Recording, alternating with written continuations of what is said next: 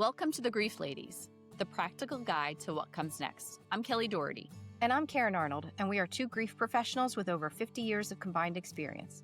We're here to validate, educate, and give you tangible tools you can actually use. Each episode motivates you to take action and reminds you it's okay to want to feel better. This is the Grief Ladies, a guide to what comes next.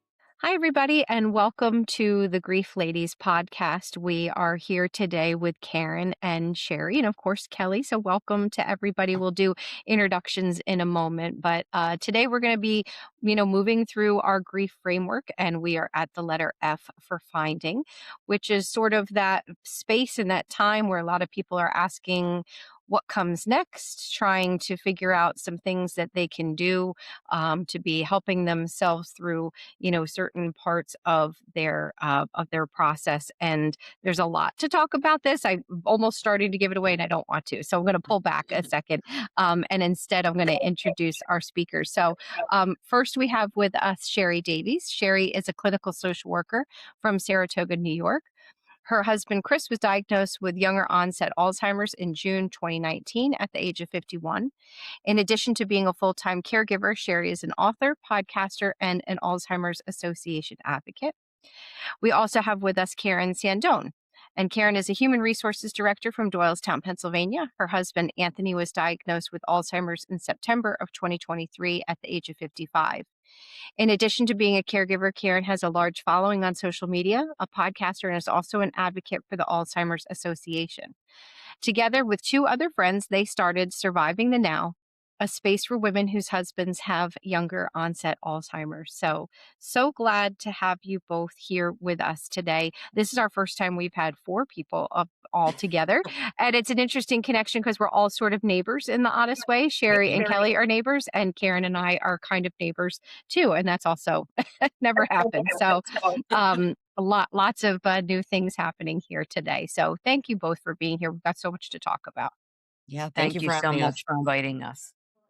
Well, we do have to highlight the fact that Cheri was in the Grief Experience book with us. So I do want to just mention that, that is how Karyn Arnold and I met, is through the Grief Experience. And Cheri was also one of the co-authors. And in the Grief Experience, she did talk about Chris's diagnosis of younger onset Alzheimer's. And so today's topic, I think, is a little different than what we normally talk about. Usually we talk about grief, after somebody has died. But today we're talking more about anticipatory grief and also ambiguous loss. And ambiguous loss really comes down to presence. And so as Karyn and Cheri are both navigating this new normal of their life, of their husband's diagnosis and the changes, and they're already beginning to grieve. And so for some of our listeners, you may have been in this space before where you're in that caregiver role, and you may be also in now. I know I have a lot of clients that are in both, right? They're grieving the death of a loved one and also now in a caregiver role as well. So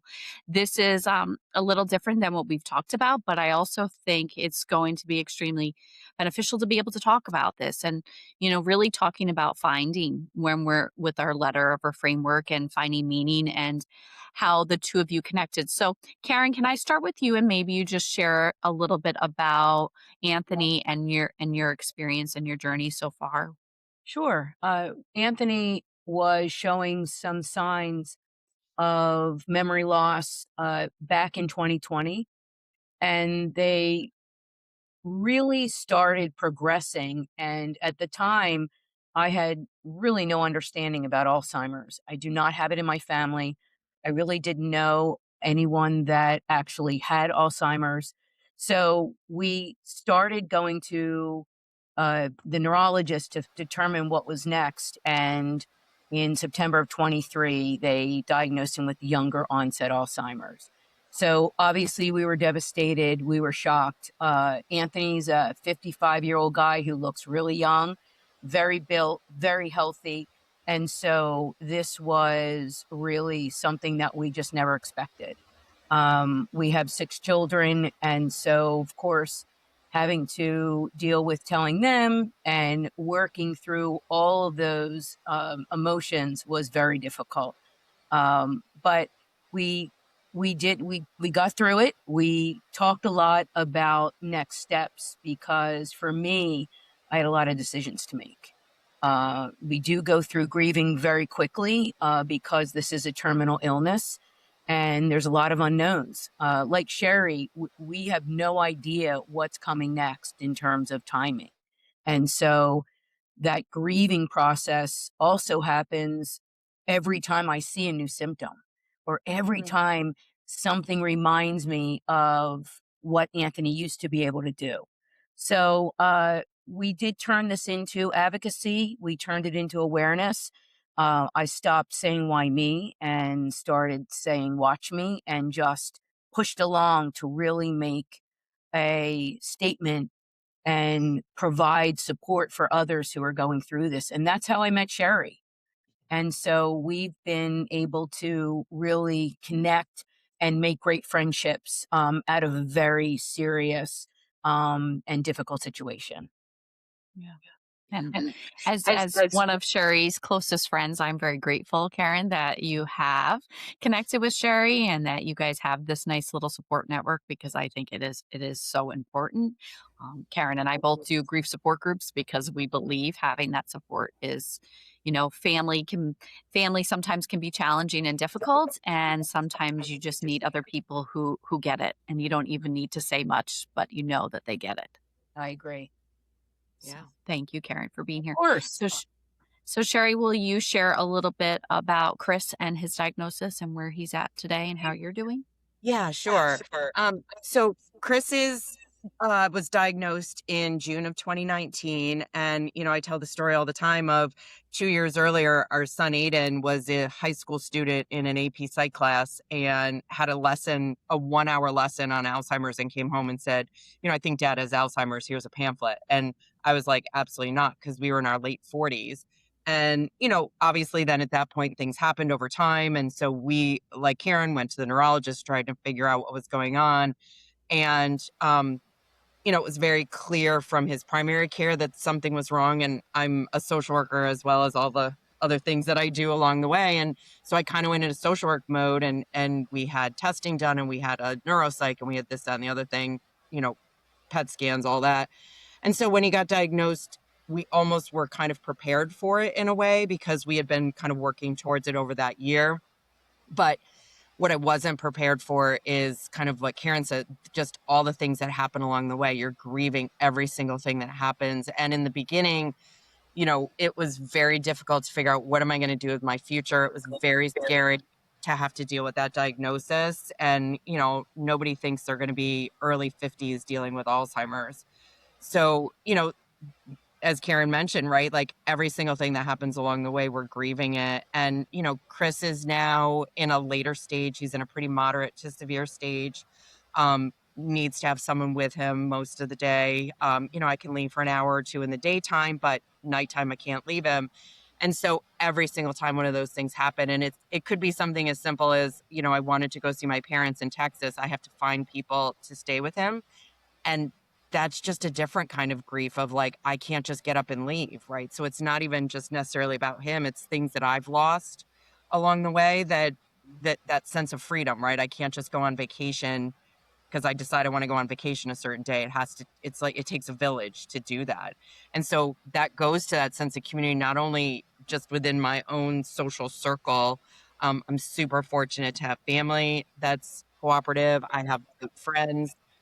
And then this Surviving the Now group, so Becca, who's not with us, is who I met first through actually a friend locally.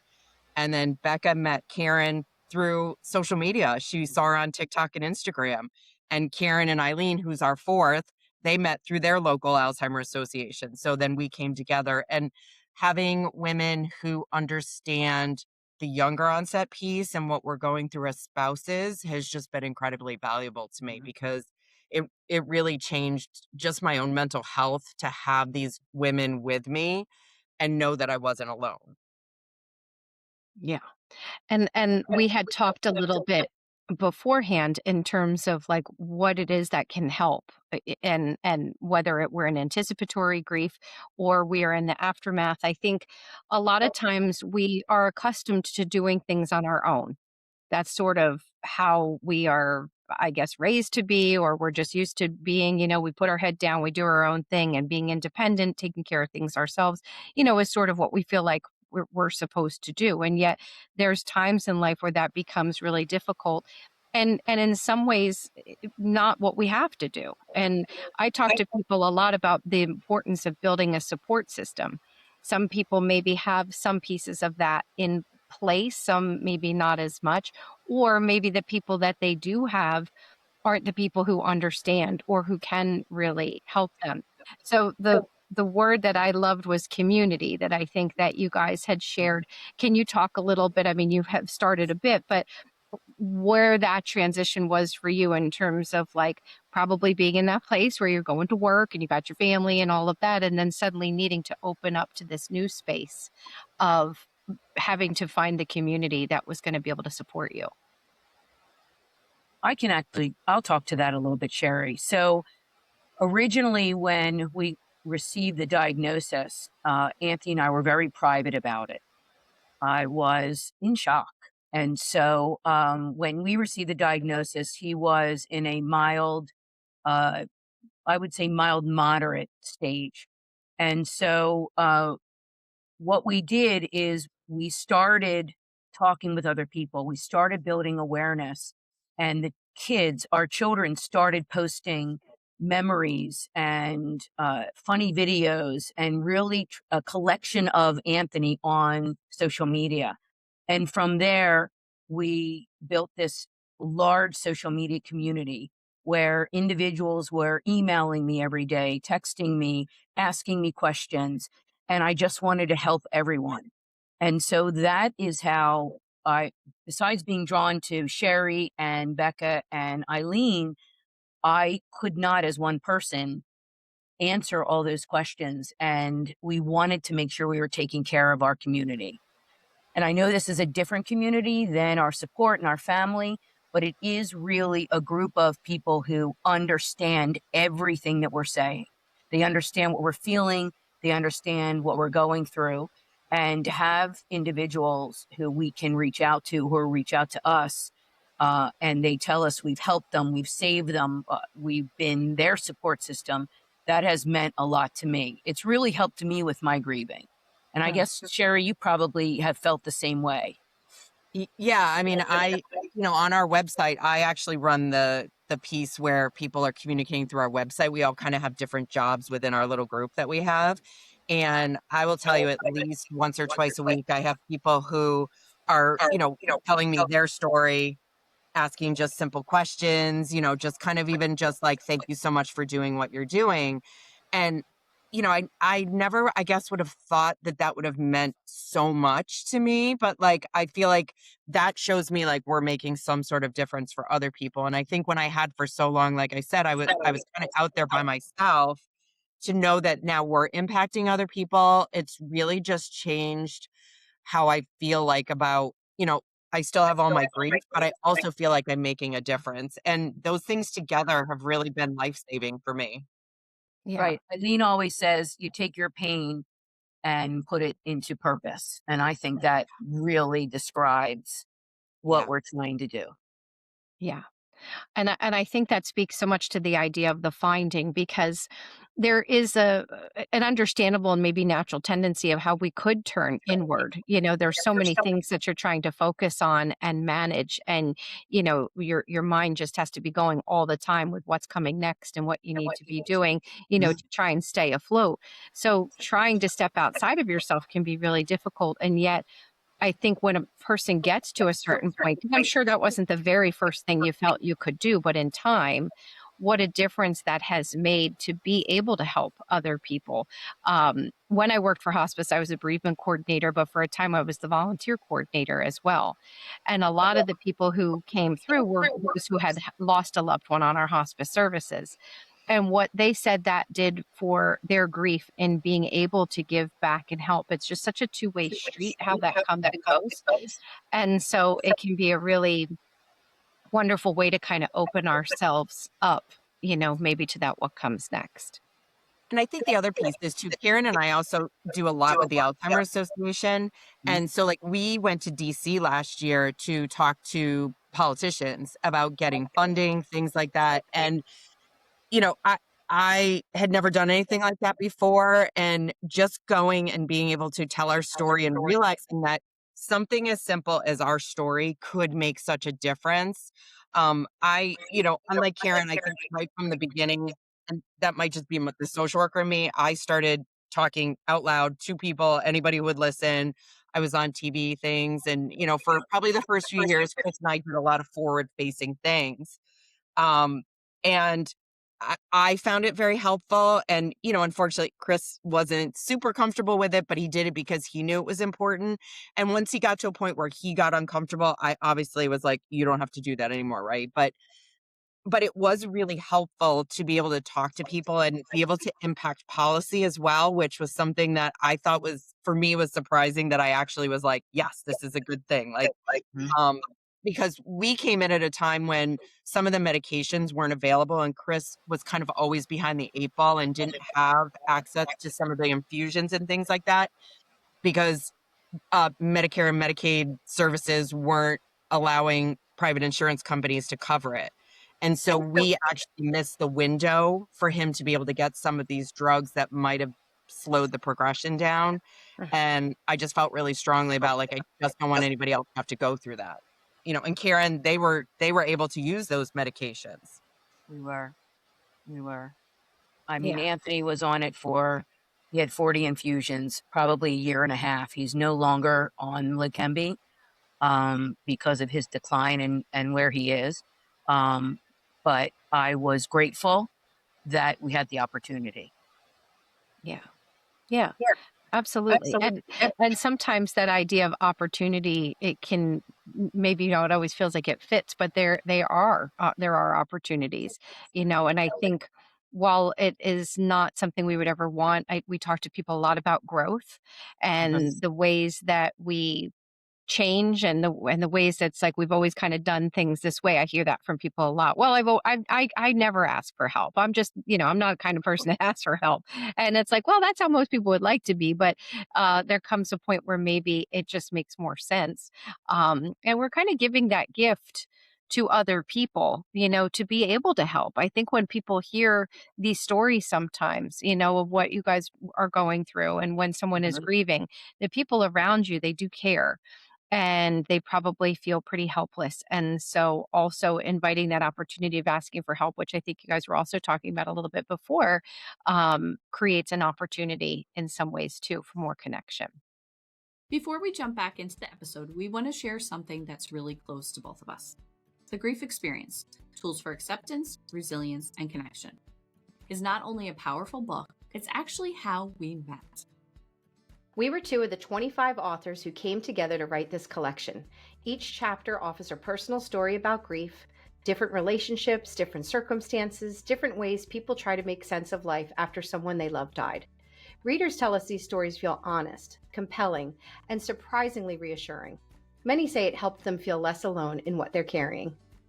What makes this book unique is that it doesn't stop at the story. Each chapter ends with a practical tool, something the reader can use right away. One reviewer said the suggestions at the end of the chapter became a lifeline when they weren't sure what to do next.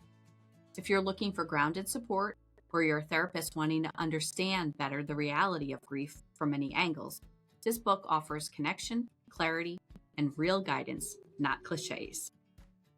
You can find The Grief Experience on Amazon, and we'd love to get your feedback.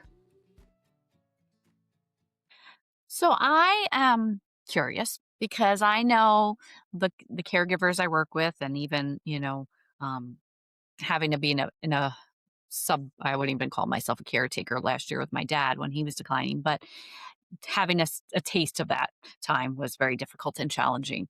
And hearing so many of my clients talk about the exhaustion, wanting it to be over, but feeling guilty then for even feeling that way, and just the multitude of emotions that comes up with being a caregiver, but also having to make sure that you're taking care of yourself. And you've created this Surviving This Now. So opening this up, even having to take care of more people. So how do you find this balance, and what do you do to take care of yourselves? This is so hard, Kelly, because in the beginning, I was trying to figure ways to handle my grief. You know, one of my friends said it best. I believe when you're grieving somebody that's living or somebody who's already passed, you really live every day with a broken heart. And I still feel like that every day. I wake up every day like that and I go to bed every day with a broken heart. But then what I try to do is just figure out ways to keep myself stress free, which is very hard. I did a 10-mile run with my sons, which sounds crazy because I haven't run in 15 years. And so once Anthony was diagnosed, that was the first thing I did. I'm going to get out there and I'm going to run and do all of these healthy things. And, you know, that tapered off a little bit because I don't have the same amount of time, but I do have sons who are in the fitness industry, so they do help me. I try to eat very well because that's really important. Go to my appointments. And the reason I really believe self-care is important, and it's the last thing we think of, Cheri, and you'll probably agree, is my sons are watching me. My kids need me. And even though that this may be over one day, which sounds sad, but I may not be a caregiver for 10, 20 more years, I have to be healthy for my kids and my grandkids. And that keeps me sane. So I try to take 10 minutes in the morning just for myself. I actually sit in the dark and just think about things. Or I do try to read books that have nothing to do with Alzheimer's. I go down the shore and walk on the beach. So I do different things and I try to do it alone. It doesn't happen as often as I'd like, but it does refresh me a little bit and it gives me a little bit of sense of myself, because you lose yourself. You'll absolutely lose yourself in this process. But I'll let Cheri tell a little bit about maybe what she does for self-care. Yeah, I mean, a lot of those things too. Well, I don't go to the shore, but a lot of reading, things like that. I don't run either. So, but this year really, I had to take a look at my health because my health was really not in good shape. I wasn't doing well. I had gained a lot of weight. So over the last, 12 to 14 months, I've really kind of switched how I do things with that, like, right, changing what I eat, changing portion size, trying to be really mindful about things like that. I do breath work. I started doing yoga here and there, but I love to read and I love to listen to music. I mean, I make sure in my car I'm not listening to, anything sad on my way to work. I work a couple days a week. I'm listening to, loud music and I'm singing, look like an insane person probably on the Northway, but like I don't care, right? Like it's a lot of fun. But, we've talked a lot about like what is our goal for going forward, and I think health is really something we've all talked about in the last couple weeks about how that goes forward, because I know that I had a lot of anxiety in the beginning, a lot of depression. I really pulled myself within. Kelly will tell you, like, she'd be like, I'm worried about you. You're not talking about things. And I'd be like, yep, I'm fine. I'm fine. I go to therapy. So I feel like I've started doing those things over the last year or so in a much better way. But I also think for me, finding a place where I feel comfortable just as being able to do all the things that I never did before. There was a lot of things that I'm responsible now that I never had to do. We're going to get 1,000 feet of snow this weekend again. Like, I have to take care of that. And so now I can, right? And I don't like it, but I feel confident doing it. And I think being able to see that I am more capable than I thought I was has really helped me with my confidence. And that, just the things around my house, has helped me feel confident that I can be a caregiver and I don't always do a great job. I just said to Kelly the other day, we had lunch and I was like, oh, this morning was really bad. I had a headache. I woke up. Chris was just wandering around the house and I kind of lost my mind. I was like, what are you doing? And I was not very nice, and it happens. And I'm better about it now. I think it's much easier for me, but like the guilt about it, like all day long. I mean, still at lunch, I was like, can't believe I did that. Right. So like trying to give myself some grace that those things happen, and, like just taking care of ourselves in that way. But also then having to have my friend sit at lunch with me and be like, yeah, that sucks. Like, you know what I mean? Like, it's not going to fix it, but like, it did. It was a moment, but like understanding that we have those too, and we're not going to do everything perfectly. Yeah, I think one thing that's really important, because I always talk about the self-care we can see and then the self-care that you can't see. And, there are things like the running, going to the shore, listening to music, all of that, which is great and important, and doing all of that. We need to find time for it as we can.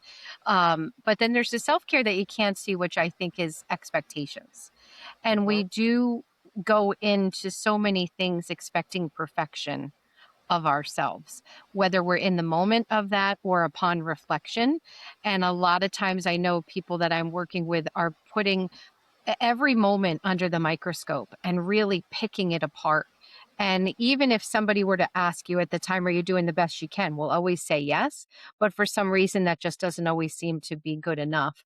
So, how do you try to help manage some of your expectations of yourself through this? I think for me, it's about being really honest. And that's probably not where I was 2 years ago. And I think that, again, it comes down to I have such good supports between my group of friends, but also with Kelly. I mean, Kelly and I talk about grief a lot together. And she's really good about checking in with me when she thinks that I haven't addressed things.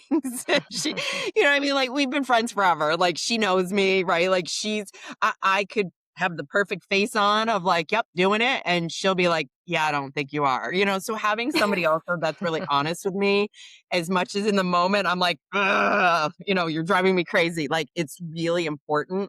But I think being honest that like, and I think Karyn will talk to it about the superwoman, but is like, you have to recognize that and accept it's acceptance that you're not going to be this super person. Mhm. Yeah. Yeah, and I think it actually has helped me at work a lot. Human resources can be very stressful. I work in public education, and so there's 2,200 staff in our Bucks County area that work for our organization. And so maybe things that used to stress me out or everybody would get upset about, for me now, nothing compares to grief. Nothing compares to going home and my husband possibly forgetting my name. It just doesn't. And so I have lowered my expectations in terms of, my behavior has definitely changed at work and with others. If somebody's complaining about their spouse, I basically say, you're lucky. You're lucky you can have conversations with your spouse. Because unfortunately, Anthony and I can no longer have those conversations. And so I've also built support or community around me. Right now, I have to make a major decision, actually, I think by Friday, about moving. And I do not have my husband, my partner, to help me make that decision. So I go out and seek different people. I've called my son, I've called my ex-husband, I've called my friends, I've asked everyone to listen and give me their opinion. And they're not going to tell me what to do, but I certainly can digest all of it. And it helps me make really big decisions, because during those big decision periods, the grief is so overwhelming, so overwhelming. And so that has helped me with my expectations. I've also accepted what's happening. I finally have accepted what's happening. When it first started, I was like, we're going to do this for 10 years and there will be a cure and we're going to be fine. And unfortunately, with younger onset, the progression is so quick and it's so fast, and it's just moving faster than I've ever imagined. And I can't control it. And I'm very controlling. So for someone who never had patience and wanted to control everything, these two areas have been something I'd had to accept. And so that's hard. That's hard to do. Yeah. Yeah, and I think it does also speak to, we talk about community, and there's so much that can come out of finding our community, but there's also the community that we're already in. And as you're moving through being a caregiver or with loss, you're still in a community of people that aren't dealing with those things. And Mhm. so the things that they're talking about, complaining about, it can feel very different and sometimes even isolating because it's like feeling like other people just really don't understand. One of the best ways I ever heard a person put this is that I wouldn't wish this loss on anybody, but I would wish the perspective. Yes. And I think that's something that does feel like can be gained through this. And I say all the time that it'll be hard to find a grieving person or even a caregiver who's going to really sweat the small stuff because you Yeah. just have a whole different understanding of what's important. So You do. a lot to learn from that for sure. And unless Yeah. you're in it, Karen, I really do not think people understand. I Yeah. remember the first year, and Cheri, I know you'll agree with me, the amount of people who would see Anthony and say, well, I think he looks fine, Hmm. Yep. or I don't see what's the problem. And so those types of conversations are really hard to deal with. So that's why when you have that support system of individuals who've gone through this or are going through it, they understand. There could be good moments. Yeah. There are great moments. There are moments where my husband will say, "Are you okay?" And I look at him like he's back for a minute. So, Yeah. but others that are outside of this, they just don't understand that. Unfortunately, we hear that all Karen and I hear that probably on a daily basis Oh yeah. from our clients Oh yeah. I always say, like, you can be grief informed and understand this, but until you've experienced grief, you don't really get it.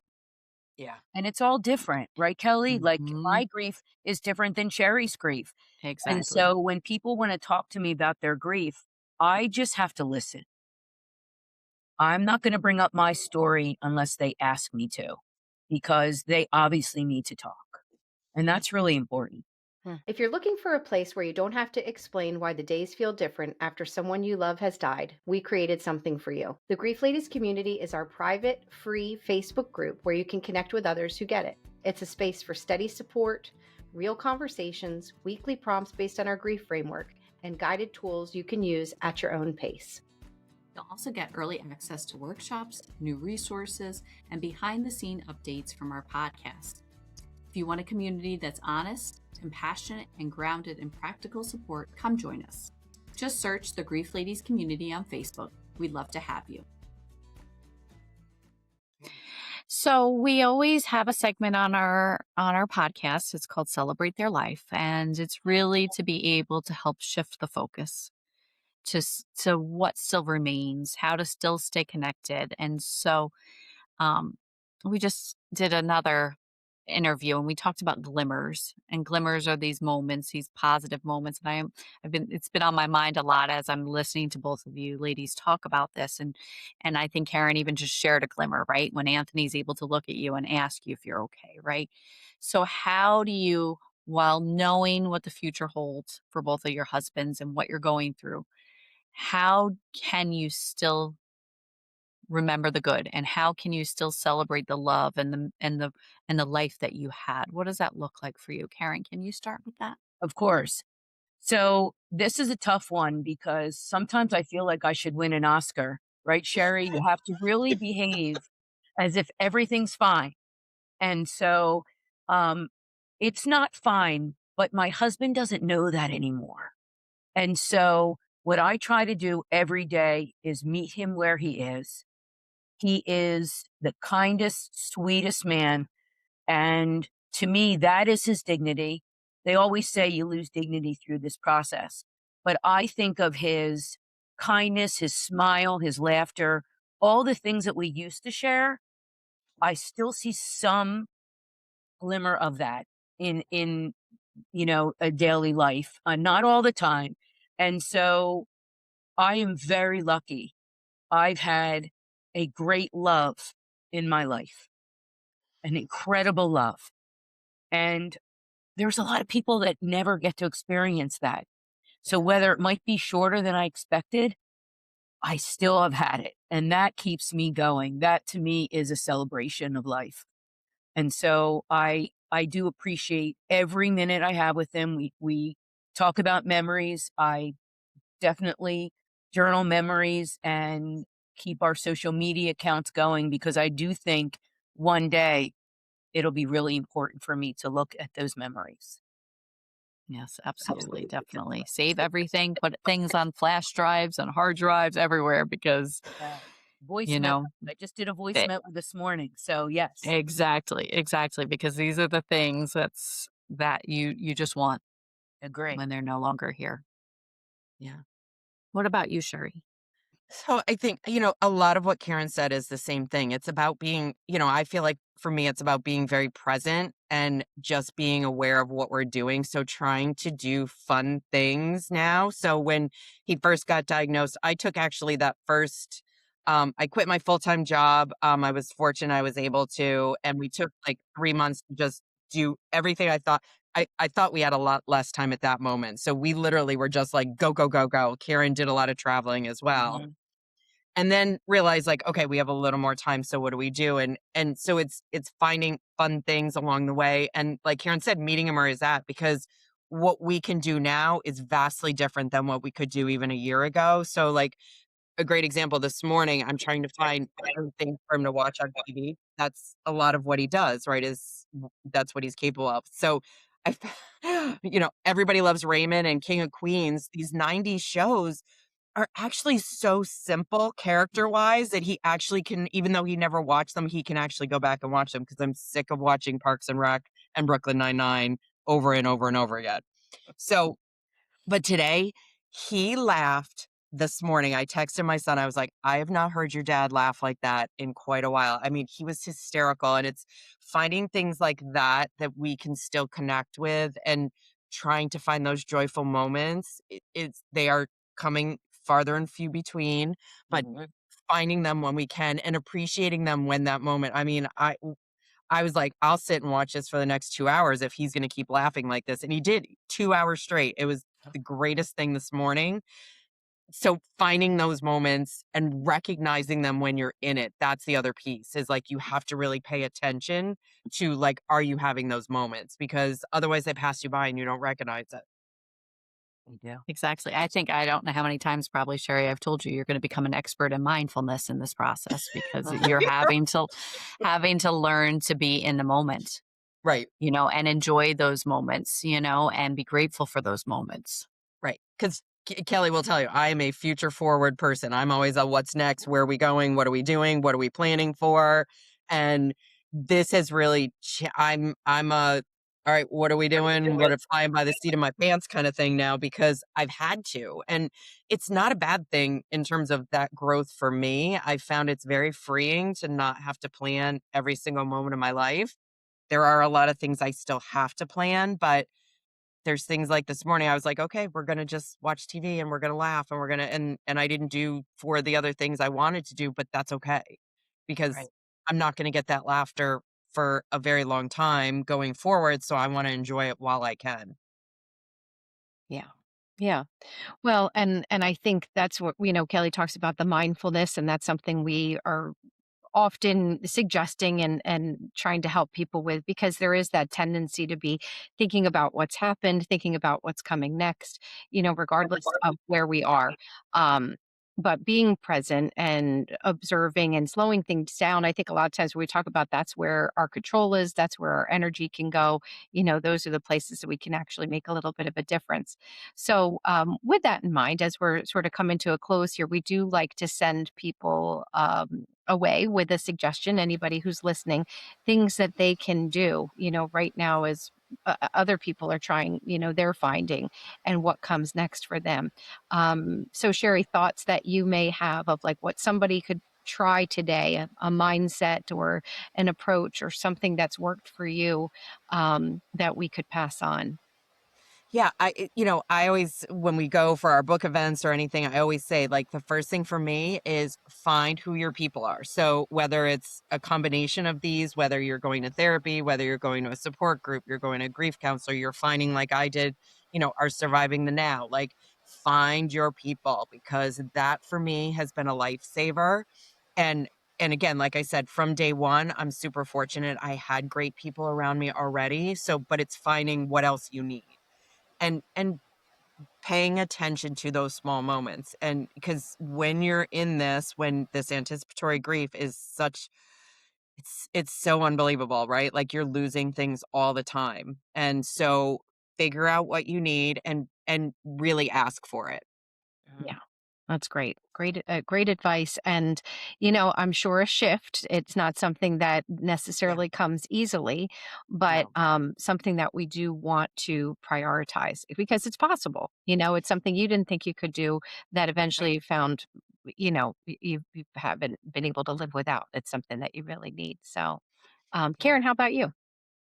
I think that the one area, especially with living with this grief and living with somebody with Alzheimer's, the amount of responsibilities and areas of concern that you have to deal with, elder care attorneys, life insurance, wills, all those things that you may have put off or you probably didn't need to worry about, power of attorney. I think it's really important for people to understand and get educated on all the areas, health insurance, Medicaid. And so the one piece of advice that I would recommend is you can't tackle all of them at the same time. And so I've been able, and again, not superwoman. I'm not superwoman. I'm strong, but I need to look at the top priorities. Like my son has said to me, Mom, you need to figure out those 2 areas that need your energy every day at the end of the day when you're finished with your job or finished with, work, um, with the understanding that you're also taking care of Anthony. And so I think it's really important to put those in buckets and make sure that you understand how to manage all of those big conversations. Even if it's something that you've never done before. I've never used a snowblower before. I didn't know how to use it. I had to get my dad to FaceTime me and, but now I can. So there's definitely different levels of responsibilities that I had to learn. And you have to ask for help, have to ask for help. And that's what I've tried to do. And that's been really probably the biggest lesson I've learned through all of this. Yeah. Yeah, Yeah. it's like I It's said, like I good said, put it. advice. And it sounds like along the way, you've definitely surprised yourself, with the things that you're capable of. And even as you're saying, you're not superwoman, still seeing that, there's things that you probably never wanted to do, never thought you could do. Mhm. And here you are doing them. And those surprises are all over the place for sure. Yeah. So, well, Karen and Cheri, this has been great. If anybody wanted to learn more about you or get in touch with you, how would they go about doing that? So we have a website called survivingthenow.com, and we actually just set up our schedule for the whole spring of our podcasts that are coming out. We do once a month, and we invite people who sign up for it to ask us questions, and then we kind of tackle the questions as we go through. And so we have 3 that are already done. We got some of the data back. We've been listened to in 9 countries, not 900, 9 countries. Wow. And so, that's Karen can talk her social media, but that's part 2 of where we're covered. Mhm. Okay. And I also have Sandone Strong is our funding or foundation for Alzheimer's Association. And so we've raised over 80,000 in the last 2 years. So we have a sandonestrong.com website. We have a social media and TikTok following under K Sandone or Tony TikTok. And so anybody can find us, ask us questions, and we certainly would love to have guests to join us on our podcast. I believe our next one is February 11th. Okay. Okay, Great. great. Well, it's Well, it's it's a wonderful resource for people, and again, it's for people who are actively caregivers. But I think even those who have been a caregiver, there's just so much that's relatable here. So everything you guys have shared has been great. I'm sure we could definitely have you back because there's still so much more to talk about. But we really want to thank you both for being here today, and thanks to everybody who's listening. So thanks. Take care. Thank you very much. Thank you. Thank Thank you. you, ladies. Thanks for joining us on the Grief Ladies. Don't wait to feel better to get started. Getting started is what makes you feel better. Put this week's tool to work. If today's episode helped, share it with someone who needs it and leave us a review. We'd love to hear from you. And remember, we're here for you, your trusted grief ladies, navigating this path together.